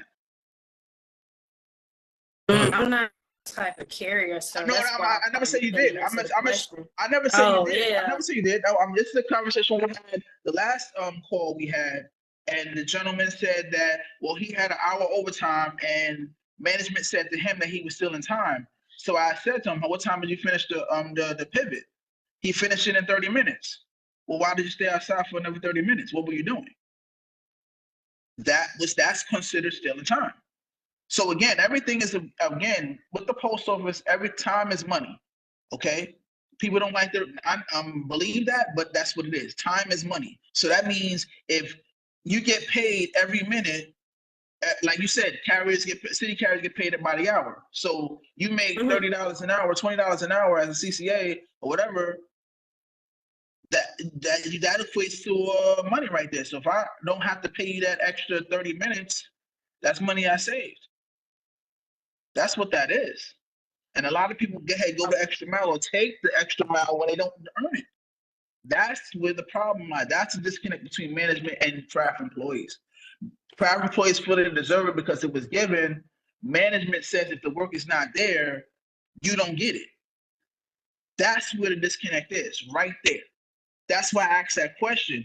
If you delivered given $100 to deliver, like Jay said, 10 newspapers, and you don't deliver 8, why do you deserve that extra $20? You don't, because you didn't do the job. You only deserve what you pay, what you earn, and that's the 8 newspapers. In this case, $80. That's the numbers. So that right there is the numbers. And again, if once craft employees think that way, they will understand the job better when it comes to management. Craft employees don't think business; they think as a whole. This is what I'm paid, what I'm approved to do, so I'm gonna do it. But did you do it with what you earn? No. And that's how rural carriers pay by salary? Huh? Right? The rural carriers pay by salary, right? They're paid by evaluation. Yes. Evaluation? Yes. So that means if a rural carrier is evaluated at 52 hours and they earn whatever their paycheck is for the thing, if they do that route in 6 hours for the day, so hypothetically they route 6 hours for the day. If they do that route in 4, they still get paid their 6 because it's evaluation. City carriers, if they went to that system, they wouldn't know what to do with themselves. Because that means overtime is cut out. And I think vice versa as well. Right. I know a lot of rural carriers would not come over the city side because their routes, if they come back early, there's some days that they work late, but a majority of the days, if they got 9 hours for the day and they completed in 6, they still getting paid for their 9. They would rather be paid off of evaluated time versus the hourly time. And to piggyback off of what E was saying, I know he was talking about the overtime, so we're going to say, hey, this specific piece, I guess they call it, piece or pivot, this is an extra hour. This is what is granted. This is what we assume this is going to take. You just happen to be a runner. Some people are runners, and they go whip through it in 15 minutes. do they deserve the extra 45 because they did it in 15 minutes? Well, if you're physically done in 15 minutes and you're just sitting there, you did that to you. That's why they got issues with runners. That's why a lot of the old school people say, man, slow your ass down. They gave you an hour piece, take an hour to do it. Because those people that are runners are messing up the time that each piece would have taken. So the new people, the CCAs, they get out there and they're like, oh, we need you back in 30 minutes. I'm not saying you do that, E, but in general, we need you back in 30 minutes. And they know that piece is, an hour and 10 minutes. And they rush through it and they say, well, James just did it in 30 minutes. Well, now they're going to assume that everybody can do it in 30 minutes. And when you actually take the hour to do it, then it becomes back and forth. Bingo. But a lot of the old school, the seasoned workers, they know, look, they gave me an hour piece. I'm going to work the hour piece. Mm-hmm. The ones that are in between the new and the not quite there yet, those are the ones that'll whip through it. Then they'll go and sit down at the pizza shop for the other 45 minutes. That's wow. And then want to collect the full hour. So in that aspect, I could see why management would say, okay, yeah, that's stealing time. I was talking to a couple of my partners, truck drivers. The guy came back. They gave him basically 2 extra stops. He came back in like 20 minutes after the time, but he just stayed on the dock. He didn't do anything. He sat on the dock, out on the dock, and he didn't punch out for the extra 2 hours. So he did nothing inside the facility for 2 hours almost. And they got him for stealing time because he wasn't doing nothing. Why are you still on the clock if you're not doing nothing? Well, that's how they did it in such and such. So these people weird. that's Damn still if you in do, damn if time. you don't. I'm sorry? Right. I wonder if these people that's still in time is doing the job right. Because like some are, it's time for some are, and some aren't.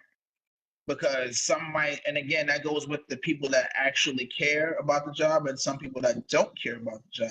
When I carried mail, I had some employees that didn't care about the mail. They just threw the mail wherever they threw it. They didn't care about any of that stuff. And that's where the missed deliveries come. That's where the package missed deliveries come and all the other stuff.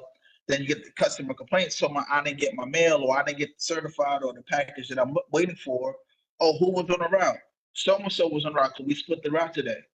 Okay, you go to so-and-so. Did you have this package? The scanner says you did this. Why did you scan it there? Again, that's when you go ahead and tell the person didn't care, or they were just trying to run through it and get it over with. You see what I'm saying? Then the ones that do care, everything is done correctly. And it took the whole hour to deliver that portion of the route, or that pivot of the route. Again, I remember my manager was trying to pivot me once. Yeah, I'd carry mail too. I carried mail for 8 years. I carried it up north, and I carried it here where I'm at now. So, So I remember those times. I remember those days where I did all in New York and I did my stuff there, and then down here I did my carrying mail here too before I went to management. The reason why, like I said, before I went to management, I said I had to learn my craft inside and out before I actually go to management. You can't supervise somebody if you don't know the job. It's true. Kim, I don't remember you telling me your age. You're a young lady. You're in a very rough situation. Overall, it's visually uncomfortable just from you explaining what you're going through. Just because of the area. I know that area. For you to still have the motivation to want to still work, I give you a round of applause for that. I'm gonna keep you in touch with some of my people. So when you run into the personal situations that you got going on behind the scenes, at least you have an ear to hear and somebody else that could possibly coach you from different aspects, from a union aspect, from a management aspect, to say, hey, look, did I do something right? Did I do something wrong? Because this is all about networking. to be able, again, to get Yeah, managers that's on all I here. want from management. I'm sorry? I want them to communicate. I want them to communicate me and tell me how I'm doing my job. I don't even get that. I remember when I first started, it was this function called Plan B. That's what we just do packages. Plan B? And I wanted to see the Plan system B? and how it works. What's Plan B? Plan B is when they have you only do packages. So it's almost like I didn't really do it though. It's like XY or something. Y. If somebody in the comments can help me out to explain that. Yeah. I can't see the comments What at the is that? moment, but What time do you normally do that? I think I know what you're talking 5 about. in the What time do you morning. do that? Or like sometimes it was like 5:45 in the morning. Yeah, the 6 to 9. It's It's called the 6 to 9 play, Jay. That's what that is. The 6 to 9 play. So you like run 69. packages at 6 o'clock in the morning and 9 o'clock in the morning just to get the Oh, packages out. Normally 6 to 9, not 6 to 69. 9 play. Yeah, that's what that is. I think I know that's a new name for it, Plan B. But okay. Yeah, I know about that. That's the package runners. They deliver it. Normally that was what happened during peak time.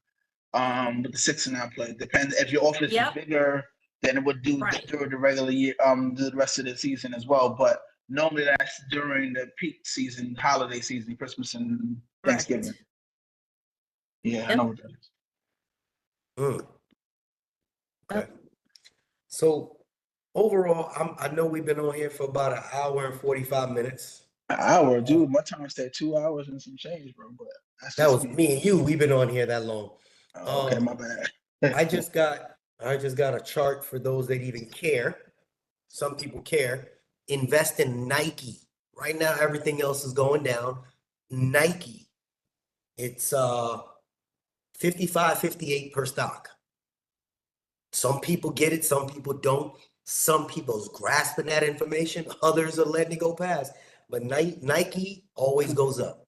It's number one. Can we take 2 questions out of the chat? Yeah, let me finish my info. And then iFund. If your money didn't crash yet, switch it over to iFund right now. Right now. iFund right now. I said it last time, I'm telling you right now. Then move it back in 6 months. But yeah, go ahead, handle your questions. I gotta get me some coffee. The question, somebody was commenting about pay performance. What else they got here?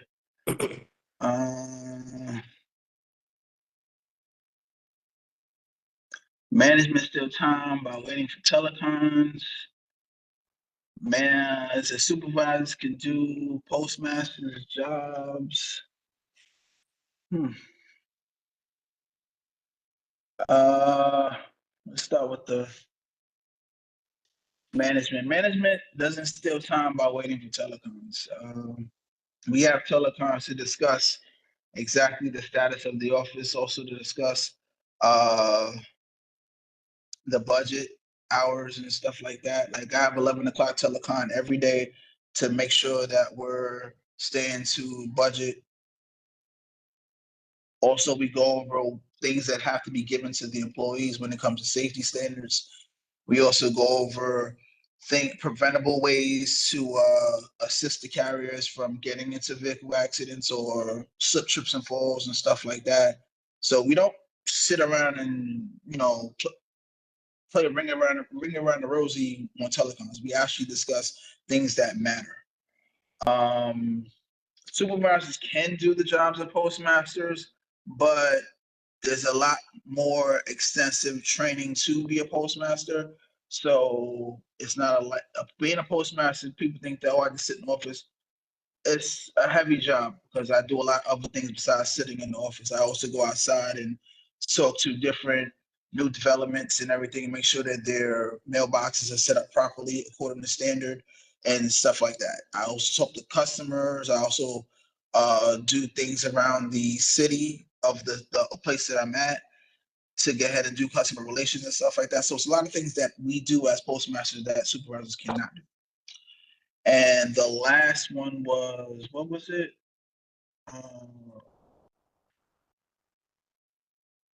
Pay for performance. Pay for performance is a way that management gets raises and bonuses and stuff like that, as they say. And I said it constantly all the time. The employees will get me a bonus. I'm not worried about pay for performance. If the employee is doing their job like they're supposed to, according to what the M41, the M39, the M38, the clerk's manual, I don't know the number off the top of my head, but that is, if they all doing their job like they're supposed to, then the numbers will speak for themselves and I will get a bonus. So I'm not concerned with all that. So pay for performance, that's what it's all based off of. Everybody doing their part. Like I said earlier, doing your 10% is exactly what it is. Doing your 10%. If you do your part, then everything else plays a factor. You get your COLA, you get your step increases. You're entitled to that. Management's entitled to a pay for performance. That's what we're entitled to. Okay, so it's just pretty much everybody meeting the standard on their level. You guys get COLA and all that stuff. Management don't get that. Ours is paid for performance. That's what ours is. Okay, so hopefully that kills that stigma of management getting bonuses and why we get what we get when we get it. So, Cam, the poet, Yes, sir. I pinned her name at the top of this chat. For those that want to go and harass her, please go to her channel and subscribe to her. She is young, and I don't want y'all sitting there drilling a young postal worker that wants answers and is on here because she specifically is crying out for help. She's doing something that a majority of you could have done. I've opened up myself to any one of you that have emailed me to reach out to me to talk, to have your voice out here. This young lady is doing it on her own. More than I can say for a lot of you. So please go over to her channel. If you hear her talking about some things, don't down her, big her up. That's kind of what this whole thing's about. Change the culture. Help instead of hinder. Don't hate, love. I love all the ones, even the we must evolve. We must I love all the evolve. We can't foolishness be in against here. each other.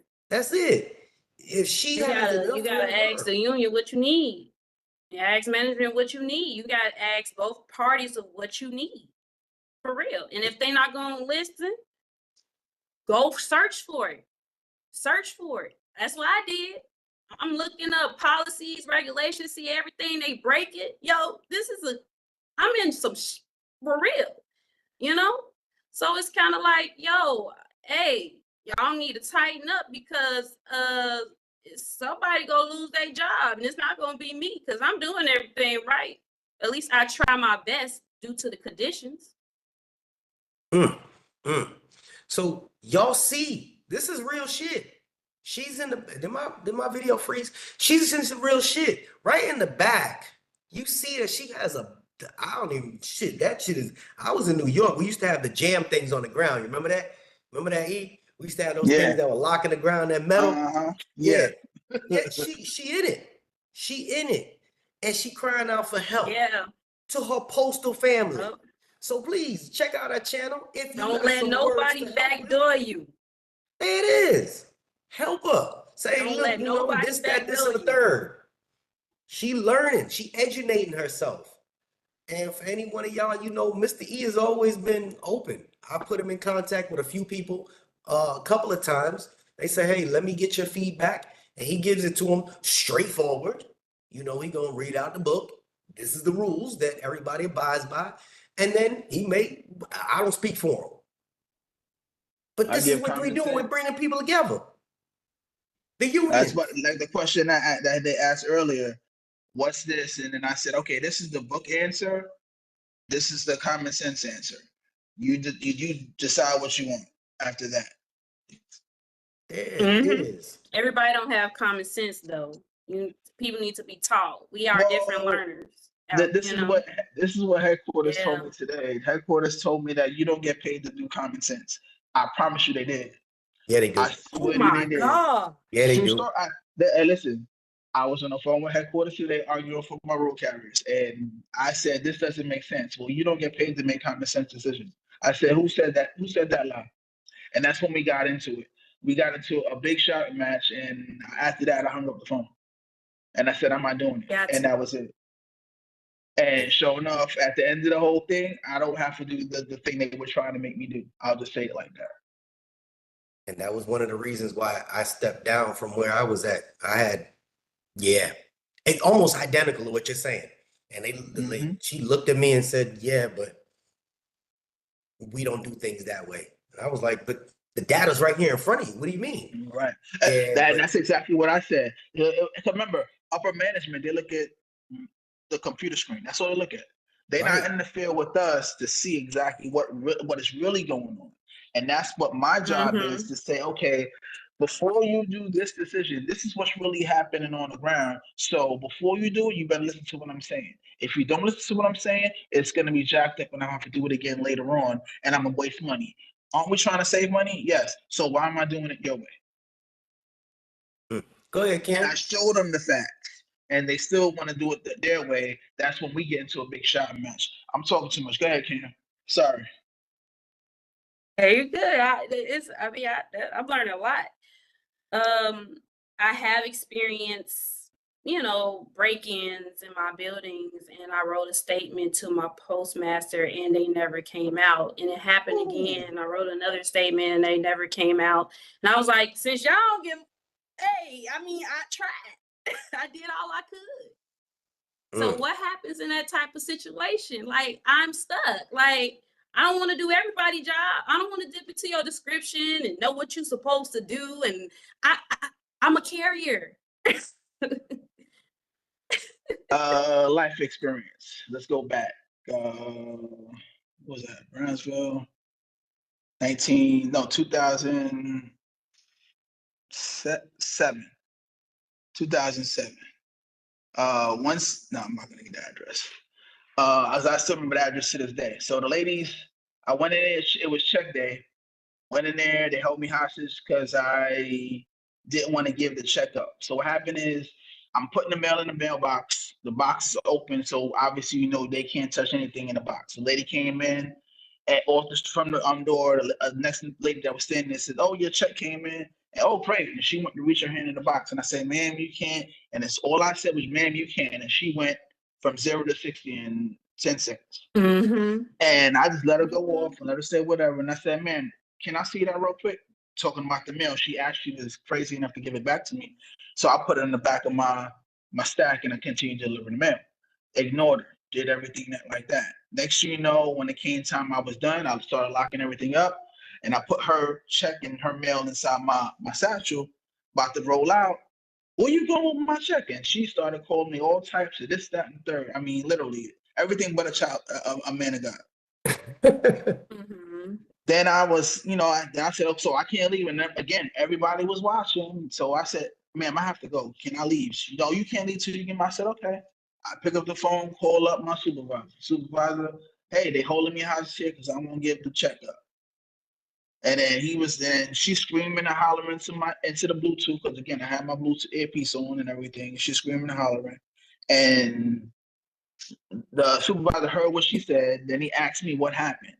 I told him what happened. I said I tried to explain to her that she can't touch the box, but she wouldn't let me finish. And at that moment, she realized how stupid she was, and she actually said it before I even said it. But she wouldn't let me say a word. Sometimes I say the story because if you stay level-headed and calm and everything like that, and don't escalate yourself to what they do, they will see how stupid they are, how foolish they're acting, and change up and calm that situation down. And that's what it takes. So you ask, what do you do in this case? Stay calm. Stay calm. That's it. Stay calm, because Blank at the end of the day, right, blank face, and don't get argumentative, because what happens is that's what they want you to do. They want you to get argumentative. They want you to touch them, because then it's, you want to see Academy Award, they'll win one. That's what they were doing. I want to say it was like 5 or 6 ladies in that corridor, and that one lady was standing in front of the door, and they were waiting for me to push her out of the way to go out the door. I knew that. That's why I stood right there. I said, okay, well, let me call my supervisor. Hey, Soup, this is what's going on. They got me at this address here, holding me hostage because I don't want to give up the check. Yep. Yep. There was That's one what I'm time saying. I met my mail lady, and yeah, I was waiting for my penny saver, and it didn't come, and that was the end of my story. Your turn. Stupid.